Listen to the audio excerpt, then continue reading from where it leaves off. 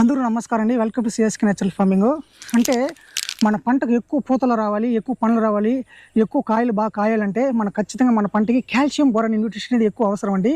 మనం గత వీడియోలో వచ్చి కాల్షియం న్యూట్రిషన్ ఎలా లభించాలనేది కోడిగుడ్డు నిమ్మద్రావణం ద్వారా మనం వివరించినామండి. అంటే బోరాన్ న్యూట్రిషన్ ఎలా లభించాలంటే మన పంటకి ఇక్కడ ఏం లేదండి, ఈ జిల్లేడాకులతో బోరాన్ న్యూట్రిషన్ ఎక్కువ ఉంటుంది. తర్వాత ఈ జిల్లేడాకులతో టాక్సిక్ యాసిడ్ ఉండడం వల్ల మనం ఖచ్చితంగా దీన్ని కట్ చేసేటప్పుడు కానీ సేకరించేటప్పుడు సేఫ్టీ గ్లాస్ అనేది వేసుకోవాలండి.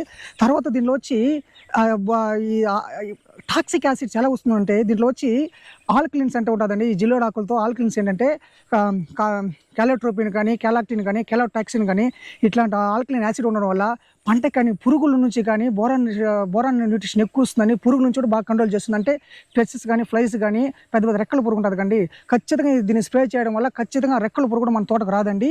సో దీనికి జిల్లేడు తయారు చేసేదానికి కావాల్సిన వస్తువులు ఏమిటంటే ఏం లేదండి, 10 kg జిల్లేడు ఆకులతో మనం ఈ విధంగా చిన్న చిన్న ముక్కలుగా కట్ చేసుకొని 10 లీటర్ల పంచితామండి ఆవు మూత్రము, 10 kgల ప్యాడ్ అండి. మొదటిగా మనం ఏం చేయాలంటే ఇక్కడ చూడండి, ఈ విధంగా ఎప్పుడు కానీ మనం కట్ చేసేటప్పుడు మెయిన్గా ఏమండి మన ప్రకృతి దశలో మోస్ట్ డేంజర్ ఏంటంటే ఈ జిల్లేడు ఆకులు కట్ చేసేటప్పుడు ఖచ్చితంగా సన్ గ్లాస్ చేసుకోవాలండి. ఈ విధంగా చిన్న చిన్న ముక్కలు చేసుకొని మనం ఈ విధంగా 10 kg జిల్లేడాకులండి. ముందుగా 200 లీటర్ డ్రమ్ము తీసుకొని దీనిలో 100 లీటర్ నీటి నింపుకొని 10 kg జిల్లేడాకులు వేసుకోవాలి దగ్గర రండి. మళ్ళీ తర్వాత 10 లీటర్ల ఆవు పంచడం అండి. ఎప్పుడు కానీ మీరు చూడండి 10 kgల ప్యాడ్ ఉతుకోవాలండి. మనం ఈ ప్యాడ్ వచ్చి మనం నీటిలో పారించేటప్పుడు ఈ ప్యాడ్ ఈ విధంగా మూట కట్టాల్సిన అవసరం లేదండి, అట్టే వేసుకోవచ్చు. మనం ఎప్పుడు స్ప్రేయింగ్ చేసేటప్పుడు మనం ఫిల్టర్ చేసేటప్పుడు ఈ ప్యాడ్ అంతా బాగా వస్తుంది కదండి, ఫిల్టర్ కాదు.